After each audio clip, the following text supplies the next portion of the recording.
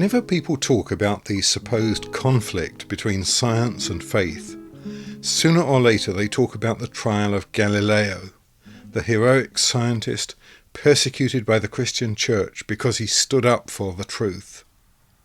The facts are different. They involve politics and personality conflicts, as well as questions of science. Galileo had a gift for making enemies. He enjoyed making people look small. He made scientific claims that went beyond the evidence. He ignored a warning not to teach the sun-centered system, and he offended the most powerful politician in Europe at the time, the Pope. Galileo was put on trial in Rome in 1633. Sure enough, he was found guilty. And then, so the story goes, he was put in prison and tortured, and according to some people, even executed. Well, much of the popular version of the story of Galileo is either hyperbole or just completely wrong. The elements that are usually completely, that are said that are completely wrong would be that he was imprisoned, which he never was, that he was tortured, which he never was, or that he was even executed. I've even seen that. Nobody is going to torture Galileo. He's too famous. And there's another very, very, very important reason that we always forget in the Galileo case. Galileo may have been outrageous and abusive scientifically, but he was born, lived and died a devout Roman Catholic.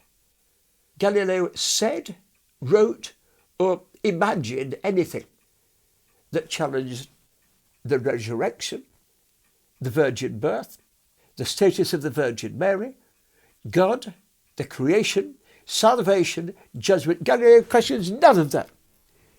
He's as clean as a whistle, theologically. What they got him for was teaching what he couldn't prove and disobeying a restriction placed on him in 1616 not to teach us the truth before he could prove it. I've described Galileo's heresy as of a parking ticket standard. Heresy in the Renaissance Church could vary greatly. It could be rather like Giordano Bruno in 1600, a real rip, snorting heresy, denying God, denying Pope, denying virtually everything. That will get you burned as sure as cats meow. There's no doubt about that. That will get you burned. Galileo wasn't saying that. Galileo was simply teaching a theory that he couldn't prove as a fact. And what the church did to him effectively was a slap on the wrist. You can get an idea of that too, because after the trial, he went on holiday to Siena, not very far away from Rome. Who did he stay with? He stayed with the Archbishop of Siena, one of his great friends, Asciano Piccolomini. You imagine, you've just supposedly been put on trial in Rome, and you're going putting your feet in the Archbishop's palace in Siena. That is proven, documented fact. He then went back to live at his estate, yes, under sort of restriction at Arcetri, near Florence. Galileo was put on trial by the Inquisition. He wasn't tortured. He wasn't, as far as we know, even shown the instruments of torture, and I'm not sure where that idea comes from.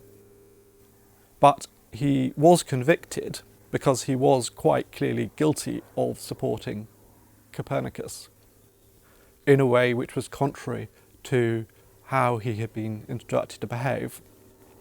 I have very little doubt, although I don't particularly like this fact, that if Galileo had refused to recant, then he would have been in a great deal of trouble and could potentially have been executed.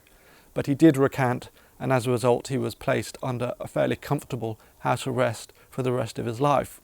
But it's interesting to note that his most important science, the dialogue on two new sciences, was actually written after his trial, and it seems that once he was required to settle down and stop trying to be a public figure, he was able to do his most important work. Galileo was put on trial, and he was found guilty, but he wasn't executed, he wasn't tortured, he wasn't even put in prison. He was placed under house arrest, where he could carry on with his scientific work until he died naturally in 1642. The myth of the trial of Galileo is a mixture of exaggerations and outright untruths, often pushed by people who haven't made any effort to find out the facts. Next time, we'll look at what happened in the conflict between science and faith in the generations after Galileo.